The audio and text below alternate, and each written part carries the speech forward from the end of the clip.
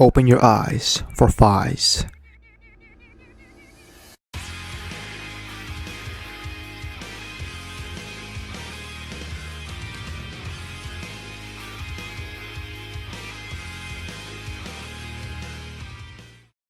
The year is 2003. A global mega corporation, SmartBrain, is intent on improving the human condition, dipping their toes into the commercial world with their vast catalog of products. Their main slogan being "Life is frail, life is limited," epitomizes the company's views on the human experience as a whole, capitalizing off this idea as their main selling point to combat the shortcomings of humanity. While this impressive conglomerate reigns over Japan, behind the scene conceals a darkness not known to the public, the emergence of a new life form known as Orphnnochs. Amidst this mystery, groups of individuals find themselves caught up between the mysterious SmartBrain and their goals. Alright, we're finally here at the Faiz portion of the video. I can't wait to dive in to see how Faiz tackles the ideas of my aforementioned thesis I mentioned last video, to see how Inoue builds upon his writing. If I haven't said it before, Faiz is a show you either love or hate. There's really no in between. I like to think that this opinion is primarily due to the fact that Faiz really isn't your average heisei entry. It is complex and juggles around many themes, but it is precisely this very reason that makes it such a unique show. And because Faiz is so unique and multifaceted in its lore and setting, I just gotta go hard on this portion of the video, because I feel like with an entry like Faiz, I just have to do it, you know what I'm saying? Even as a child, I found myself immersed and mesmerized by the show's topics and themes, but yet at the same time, I couldn't fully comprehend Faiz in its entirety. Well, until now, because, I rewatched the show like 6 times. Bruh. But what I'm trying to say is that for Faiz, I had to fully immerse myself even deeper to gain a better understanding of what Inoue was trying to write. And that's the goal of today's video portion. Join me as I look deeper into the themes, stressing the importance of the journey of dreams, overcoming tragedy, and maybe even miscommunication. Faiz is an entry that I would describe as dangerously human. I usually don't like comparing different shows to one another, but Faiz is what I call reverse agito, where every route has negative consequences that ripples through. What if the MC didn't have the same level of support from his group of friends as opposed to Agito? What if humanity itself takes every worst possible decision when it comes to coexistence? What if the MC had a shitty secondary rider? What if the concept of change never becomes a reality? Then you get Faiz. I know it seems like a handful regarding the things I mentioned, but I really feel like Faiz is something that challenges and builds off Agito's pre-existing themes. Going back to Agito for a minute here, you can see how that show excellently portrays the light within humanity. There's many scenes where you can see the kindness of humanity, with the many characters in that show helping out one another. Not saying that Faiz doesn't contain any of these moments or anything like that, but a lot of emphasis is instead focused on the darkness of humanity. Think about all the selfless moments in Agito with the human cast, only to then to be met with something completely opposite of that in Faiz. Faiz is the entry that truly highlights humanity's dark deeds, and perhaps even their selfishness. This is why I think Faiz is more rooted in realism as opposed to the preceding predecessor's more optimistic outlook on things. And that's why Faiz is widely regarded in the community as a tragedy. The main setting of the show depicts an eventual tipping point between the divide of an evolved species known as Orphnnochs and regular humans. It is not fully explained in the series what Orphnnochs really are or how they came to be, but it is mentioned from guidebooks and supplementary files that they are a form of evolved humans that combines the natural abilities of animals with human biology. The origins are unknown in nature, but it is believed that this group of evolved beings have existed for an unspecified amount of time. It is theorized that they have been hiding within the human populace for an extended period before the setting of the story. Orphnnochs are created through 2 ways. One, through natural death. The other, through a method called siring. This happens through Orphnnochs passing what is called Orphnnoch energy to a human's heart in order to mutate them into a form of forced evolution. This method has a low level of success. It is also not entirely described what triggers an evolution into an Orphnnoch in the first place with these 2 methods, But according to fan theories and speculation, it can be said that Orphnnoch origins stem from humans with issues of unfulfillment from the previous lives. Because of these mysteries surrounding what Orphnnochs are supposed to be and their root of origin, this becomes an issue, if not problematic as a whole. And no, I don't mean like the concept isn't fully expressed to the viewers and all that. What I mean is that because the concept of Orphnnochs are so mysterious and foreign in universe, that it leads to others transforming the idea of what Orphnnochs are supposed to be into something else entirely, changing it so it fits their narrative of the situation, nothing more, nothing less. Unlike Agito, where there is at least an understanding of what a newly evolved lifeform stands for and represents, as seen through the lens of Sawaki and his group of researchers, Faiz doesn't follow suit, and there's no figurehead that speaks of what the Orphnnochs' supposed true purpose / potential in this world really represents. I mean, Hanagata kind of fits this role of a figurehead, but his ideas and viewpoint of the situation are too flawed, which I will get into later as the video goes on. Because there is no figurehead to step up, the concepts of Orphnnochs were free to be twisted by Smartbrain, using their existence to claim superiority over the masses. Through this idea, Orphnnochs are imbued with a sense of supremacy, abusing their powers and using it in a deformative manner, all for the mission of reducing the human populace through forced evolution, so that their newly created peers can join their demonic cause. This mission offers no form of leniency and is reinforced through the many Orphnnochs running amok. This way of living is one that Smartbrain cannot accept and seeks to use their influence to weed out those that don't follow the narrative. What Smartbrain truly fails to recognize is that humanity and Orphnnochs are two inseparable ideas as a whole. Humanity will eventually evolve into Orphnnochs, and in order to grow in numbers, Orphnnochs need humanity to transcend their mortal coil. And to neglect this idea as a whole is simply foolish and is overall destructive to the idea of coexistence. Ignoring our roots and what we are isn't the right path in all of this, which is pretty ironic since this is what our protagonist Inuitakumi has been doing for a vast majority of the show.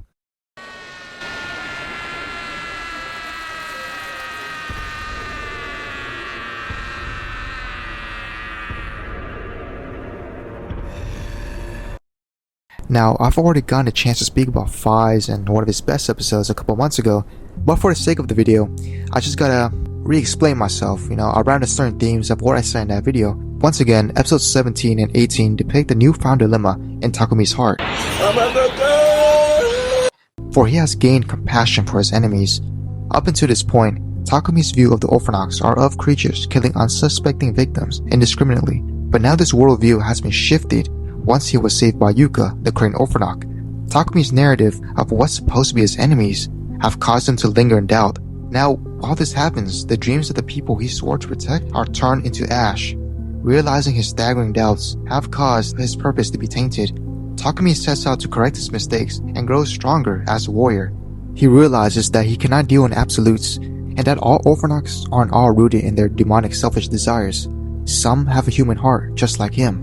Our protagonist soon obtains the ability to articulate between his foes and the realization that comes with it. But what if I told you this isn't the end for Takumi's growth? I mean, well, besides the obvious connotation that there's 25 or so episodes left to go, Takumi finds himself in the same situation many times again and again. It can get kind of repetitive and even frustrating that our MC has to relearn the same lessons over and over again. I know, it can be pretty frustrating watching Faiz when this happens, I won't lie. But I assure you that it is all worth it in the end. If Takumi can understand the Orphnnochs' potential to live as humans, then he surely must also tackle the fact that the other side of this possibility represents their destructive nature. And that's exactly what happens in the second and third parts of the show. One of Inoue's best attributes with his characters is how much they bounce off and reflect one another's worldview. Now, what I'm going to say is really crazy, but Kusaka is 1000% crucial to the story. He exists as this wall for our characters, challenging their views on the world. This appears in the form of how he views his Orphnnoch foes, and I'm going to be frank, he absolutely fucking hates them. Kusaka believes all of the Orphnnochs must be annihilated. Good or bad, it doesn't matter. All he sees are freaks of nature that must be eradicated. Kusaka's whole shtick is this xenophobic mindset that clashes with Takumi's flexible and ever-changing outlook on the whole Orphnnoch versus human conflict. And once again, I'm gonna sound out of pocket, but Kusaka does have a backstory that gives depth to his outlook on things. I'm not saying being a dick and screwing over everyone around you while being a xenophobic hater is by all means justifiable. I can't really defend that. But what I'm really trying to say is that he has his reasons for the way he acts.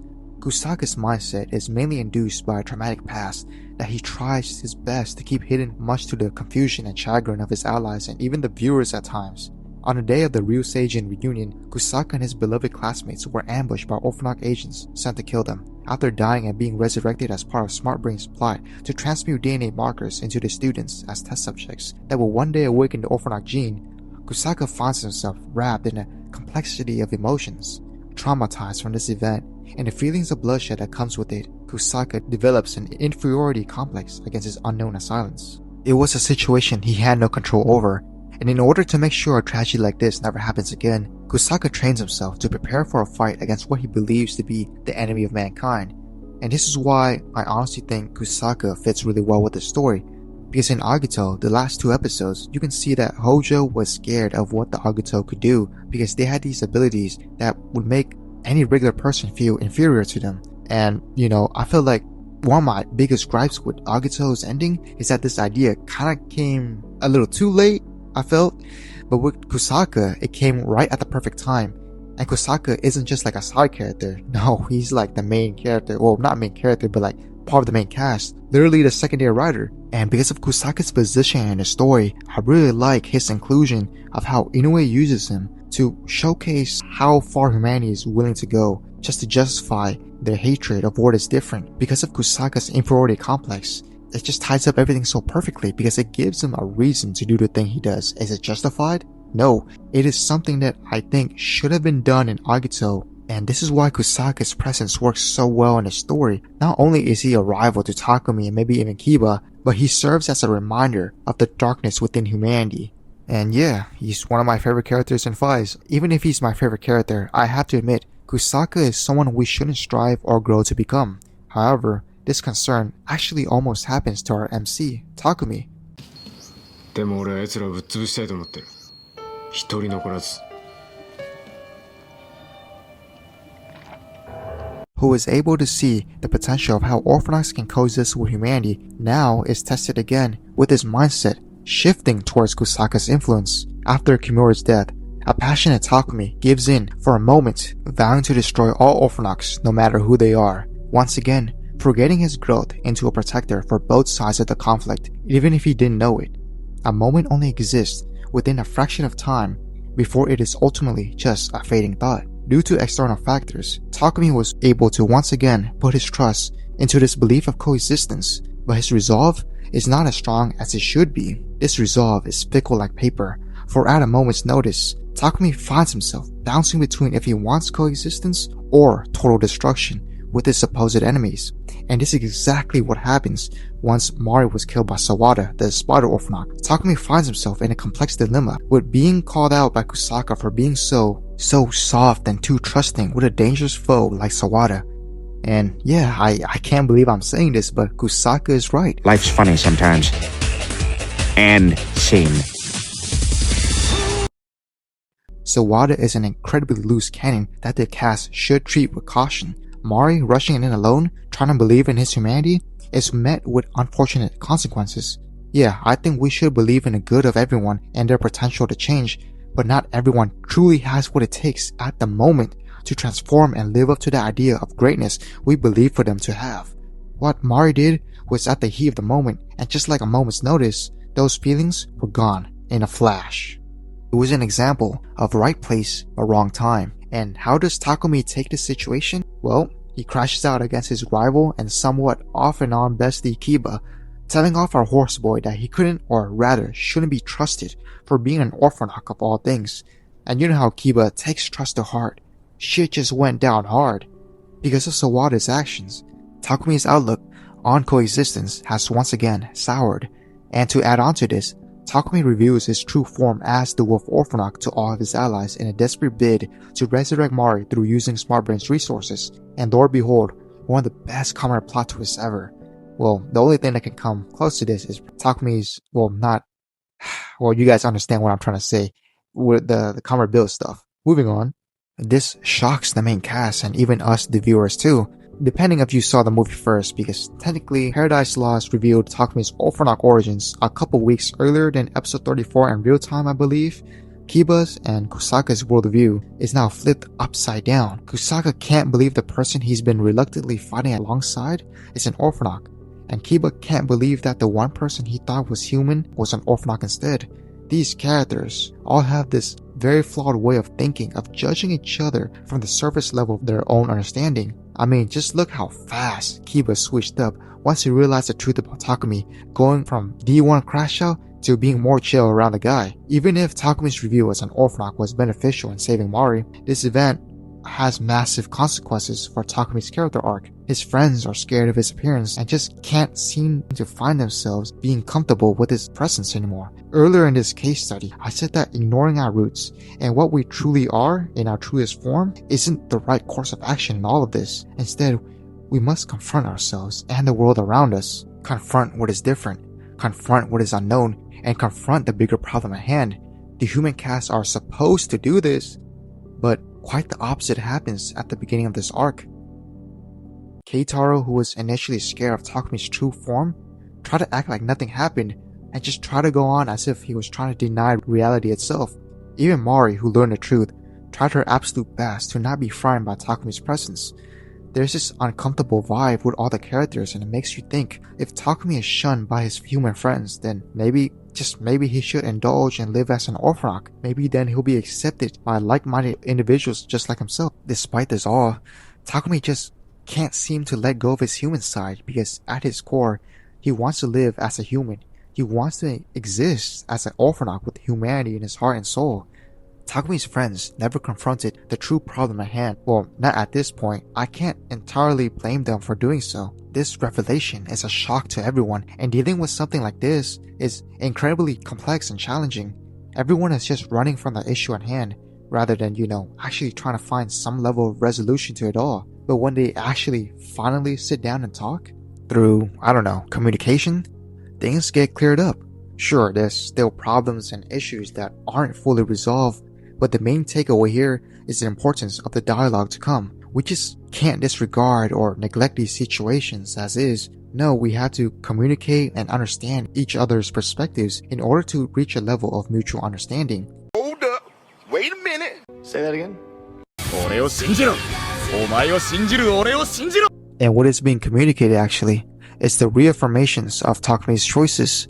The choices illustrating how Takumi's possibilities can decide his way of living.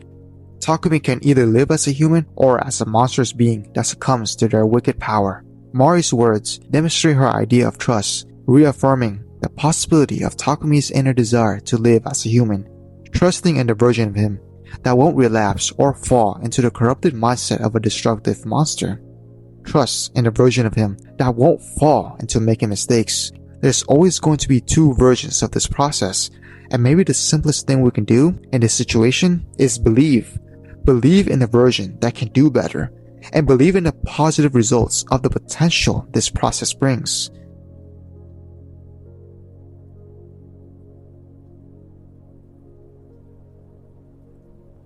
Takumi's spirit and personality shifted and wavered from each arc. At times, he goes from one step forward, then 2 steps backwards, then 1 step forward, then 3 steps forward, then 4 steps backwards, but now he's 5 steps forward.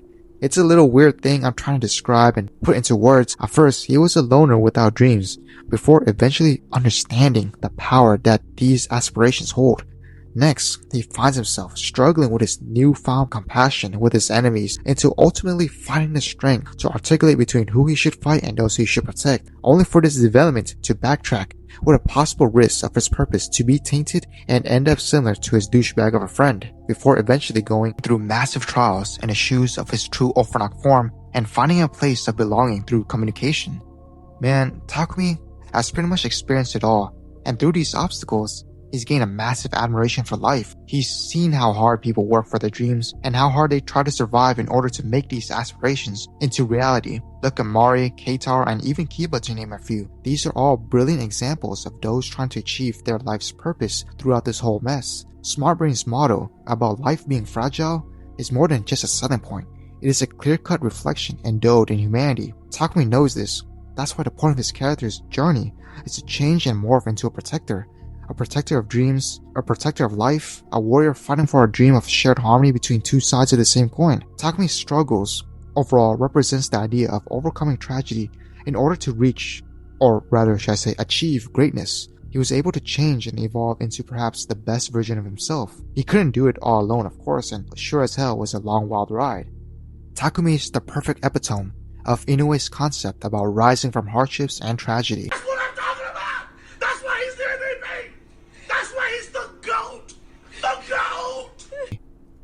Okay, you're probably expecting me to move on to Kiva right now, right? Wrong, not yet.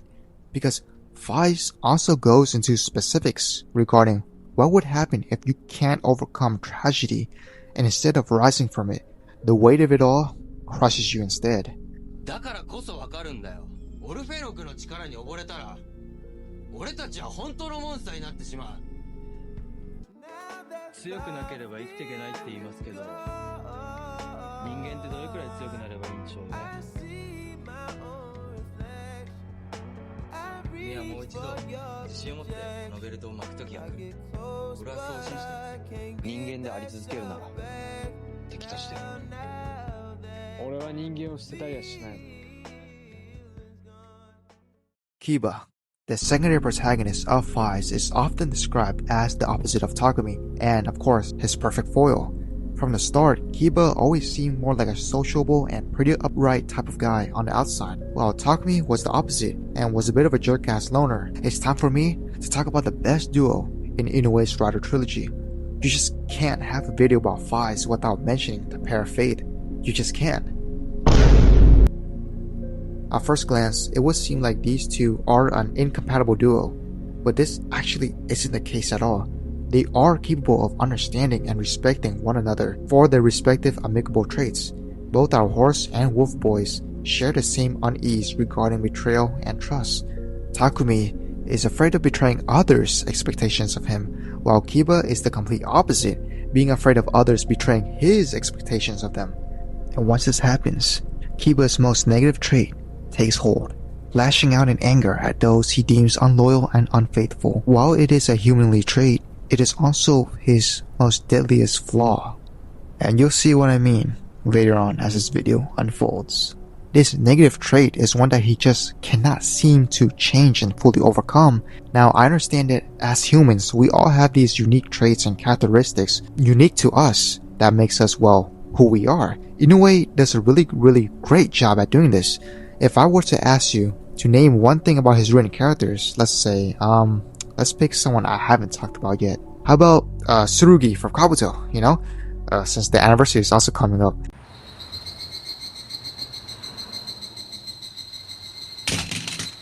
Nani? Tsurugi, he's an arrogant nobleman, obsessed with the ideals of noblesse oblige, and at first glance you probably expect this guy to be quite serious and maybe even having majestic traits, only to then be greeted with a total goofball at heart. These characters all have one-of-a-kind traits/personality that breaks them down, making them seem more human and just overall real. And this description of mine just fits Kiba so damn well. Kiba being this opposite to Takumi also means he has different experiences from our wolf boy himself. I won't have enough time to go into full detail since this portion of the video is super long, but Kiba also has undergone very similar trials just like Takumi, but instead of rising and learning from said experiences, using them to change himself, this never actually happens. Takumi was able to harden his spirit and willpower into purpose, but Kiba? No, he just couldn't strengthen his resolve just like his most trusted friend. Lacking conviction is a massive flaw of Kiba's that is then used to redefine the fragility of how an idealistic dreamer's goal can fail if he himself is not prepared for it at all. お前の理想どうしたんだよ。オルフェノクと人間の共存がお前の夢だろうが。Kiba's issues from his personality is also used to illustrate his character flaws and even perhaps writing flaws. 人間を助けるために戦うのがちょっと嫌になって。わからない俺には何が正しいのか。俺はこれからどうすればいいのか。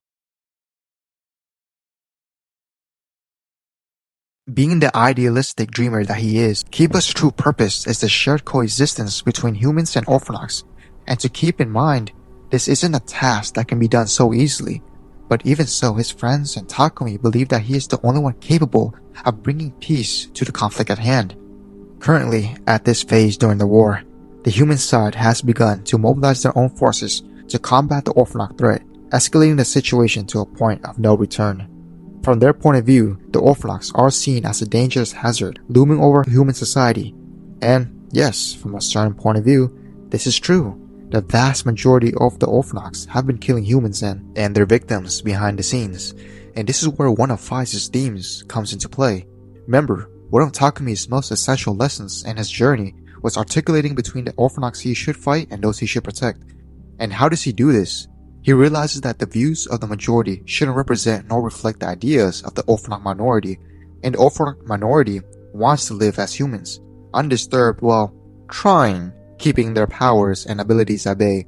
I mean, sure, like 80 to 99% of the race wants to enslave humanity, but that doesn't mean all of them are the same, you know what I'm saying? But still, the human side just can't fathom this idea of trying to communicate with the outliers at all, and instead of finding another solution, this idea of communication and maybe even peace is completely lost on them. Without a proper moral compass, the Orphnnoch task force dips their toes into heinous actions and wickedly, extremely questionable tactics, disregarding their own kind and disposing of what are considered traitors if they so propose any different alternative solution to the Orphnnoch threat besides total annihilation. The captain of the Orphnnoch task force vows to completely destroy the Orphnnoch race and views any form of leniency to communicate and coexist with them as entirely dangerous. 偽善者ああいう奴がいずれ我々の敵になる He sees them as something that cannot live with normal humans. For one day, their race will overtake humanity's place on this earth, and if we give in to peace with what he so calls monsters, then our own tomorrow will be lost. Think about it today. We accept them into our own arms, two sides living together. But what about tomorrow? What if tomorrow they start to replicate more in numbers, while the humans start to dwindle? Think about the situation 10 or maybe even 20 years from now. Will humanity even be the same? Will our culture and place on Earth still exist? Or will it be diluted through the shifting times? See, this is the thing with coexistence. There's so many unaccounted and unknown variables that we can't fully keep track of it all to find the right and true answer to the challenges ahead. The questions I propose are in the eyes of what is illustrated through the lens of the human task force. And only then, these are only about 4 to 5 questions that barely scratch the surface of the challenges that come with this fleeting dream of harmony. With an impossible dream like this, it's a guaranteed must that you are prepared to acknowledge all these unaccounted variables and see through it all to the end. These little things are to be expected, and you just can't give up now, not when the path to your dreams has just finally begun. I mean, sure, it's a little blunt and a little harsh, but that's the truth everyone has to accept. Which then begs the question, is Kiba truly prepared to face such a task like this?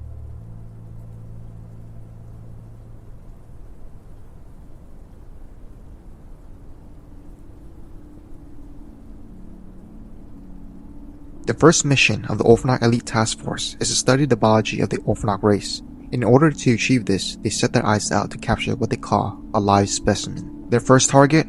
Yuka, the Korean Orphnnoch. Mobilizing their forces and launching a surprise attack on her, she soon falls under their imprisonment. Subjected to torture and inhumane tests, she is barely saved by Kiba.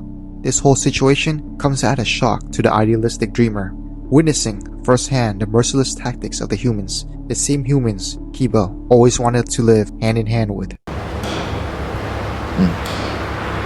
オルフェノクにもいろいろいる。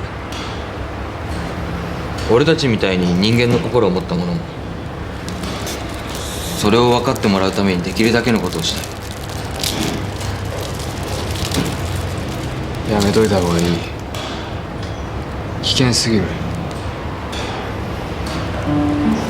と言ってもあんたは聞かんだろうけどな。大丈夫。俺は人間を信じたいし信じてる。きっと分かってくれるさ。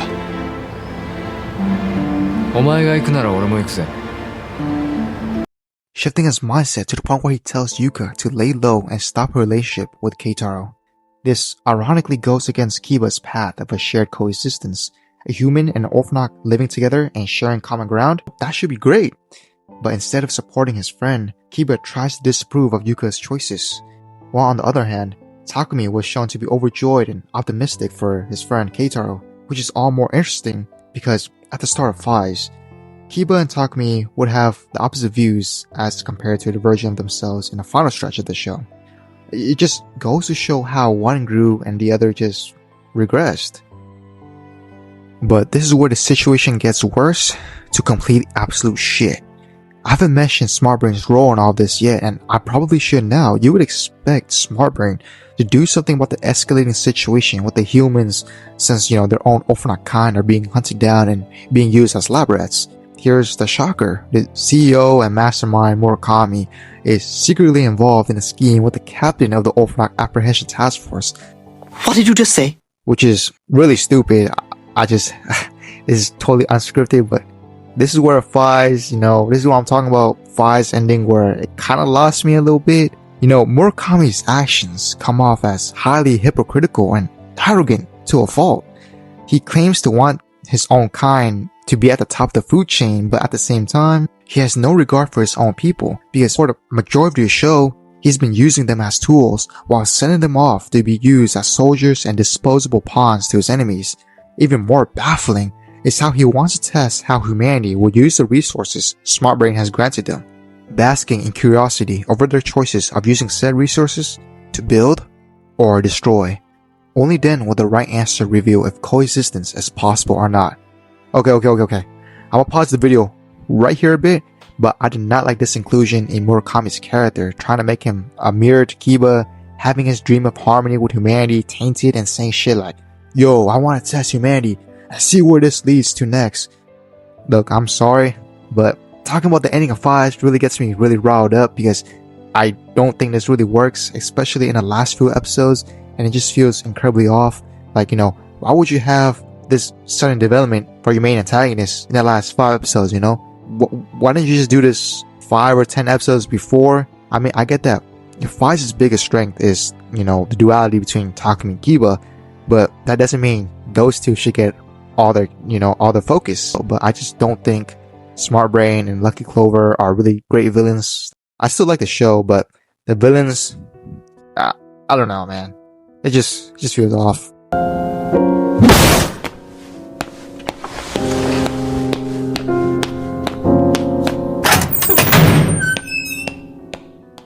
With tensions rising and the warfare showing no sign of ceasefire, Kiba's doubts begin to add up. Takumi, knowing this, takes it upon himself to try once more to communicate with the human side of the conflict, not out of obligation, but out of kindness, to repay the favor from the man he respected, the man who was the first to believe in him in his own time of struggle. Making the effort to try finding a common ground seems to be the most reasonable choice, but with this appears a moment of opportunity for human forces to apprehend their targets of interest. Using Takumi's good intentions to their advantage, the Human Orphnnoch Apprehension Task Force attacked Takumi and his friends, catching them off guard and being able to mortally wound Yuka. Really depressing, honestly. This whole situation had insane repercussions for the whole cast, and it makes you really think how frustrating it all is.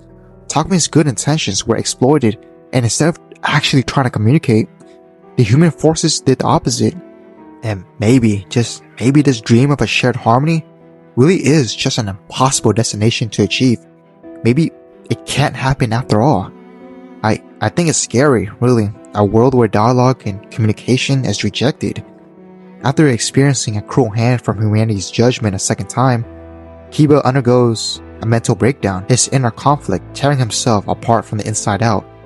For one, he wants to live together with his neighbors and grow alongside them, holding on to the friendships and experiences he's made because it all holds a special place in his heart. But at the same time, he just can't look at humanity the same way anymore. And I mean, how could he? All they've done is give him strife and suffering. Humanity has never returned its love to him. Only through tragedy is the end result. Can Kiba really look at them the same way, with the same love his heart once contained? Can he really view humanity the same way after they attacked his friends and allies? Can he really be so forgiving to them? After realizing how ruthless they can be, these thoughts run rampant in his mind like a galloping horse rushing to run after it is frightened.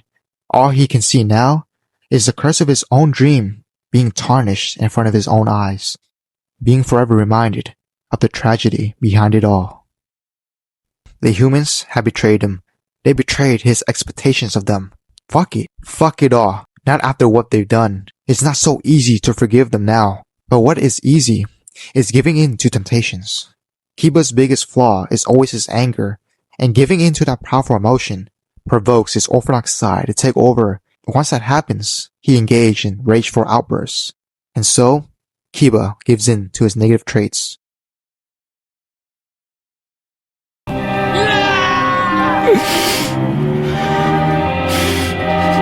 間のせいだ。人間道。奴らが恐らさ。人間だ。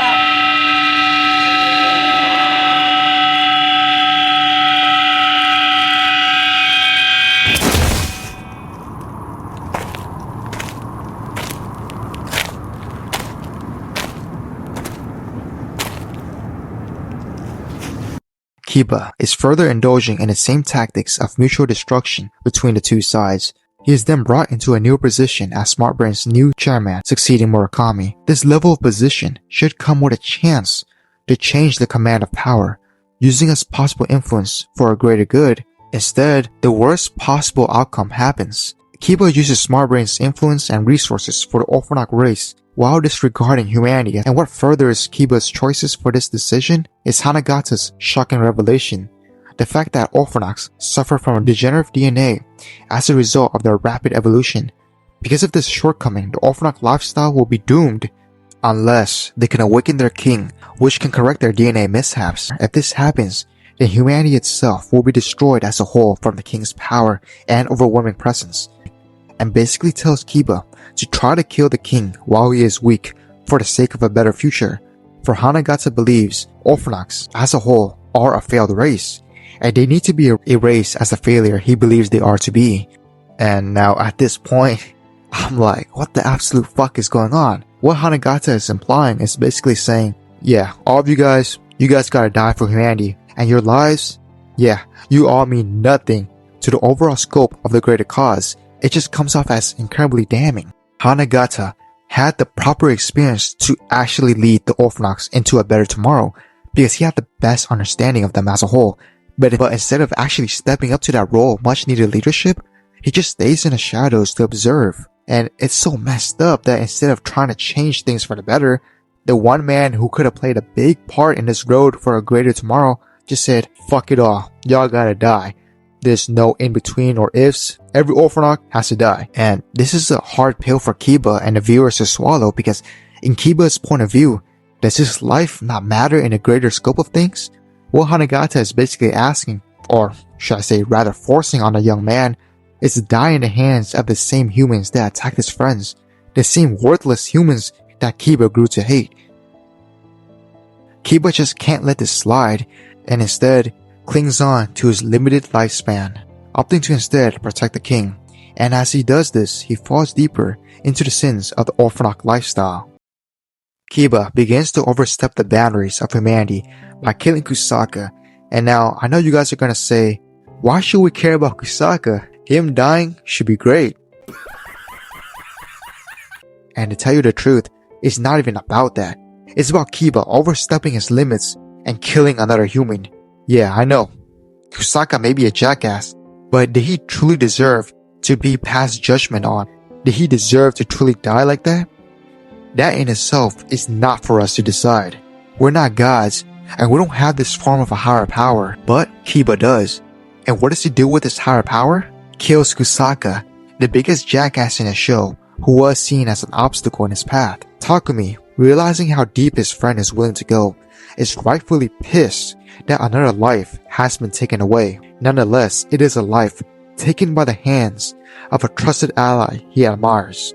And Takumi cares enough to actually go straight directly to confront Kiba about it all, because he knows he can't let his friend continue onwards in this dark path. And in order to save his friend, Takumi stands tall and resolute in his will to never give in to the dark temptations and vows to live as a human with compassion present in his heart. And a final fight between the two is a culmination of their beliefs clashing against one another.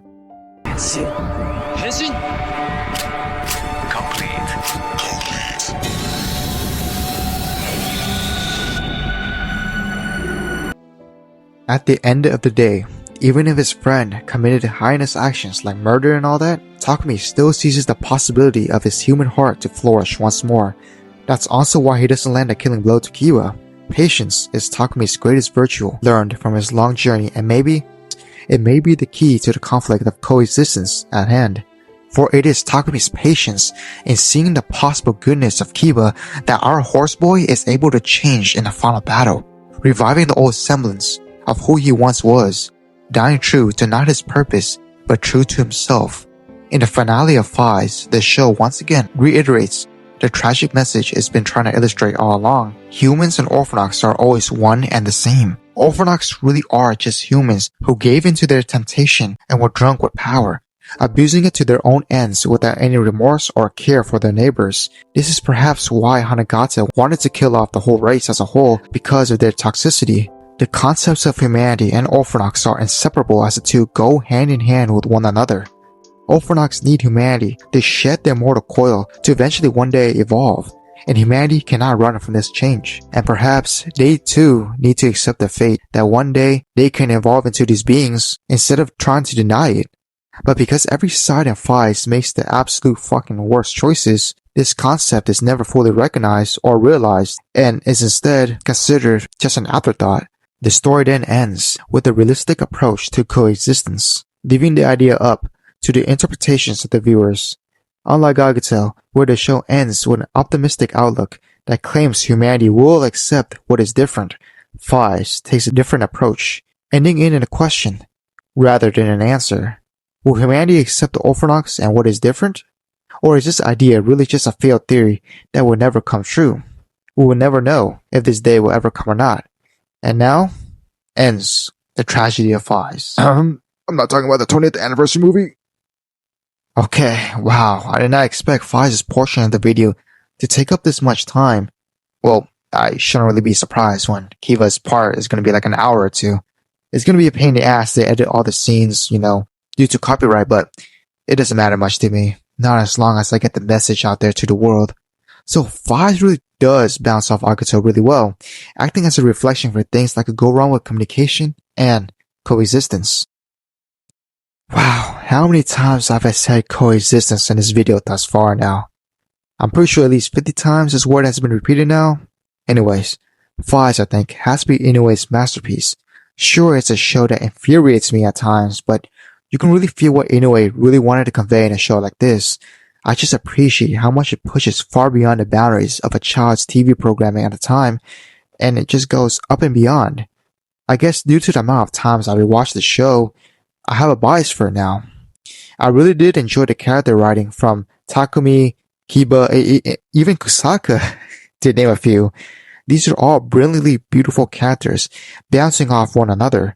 I also have to apologize for going extremely deep into files like this, and also there's some parts of it audio where I have to use audio enhancement because it's hot as hell over here, and I gotta use my air conditioning. So I just have a huge ass fan blowing to my face most of the time when I'm reading the script.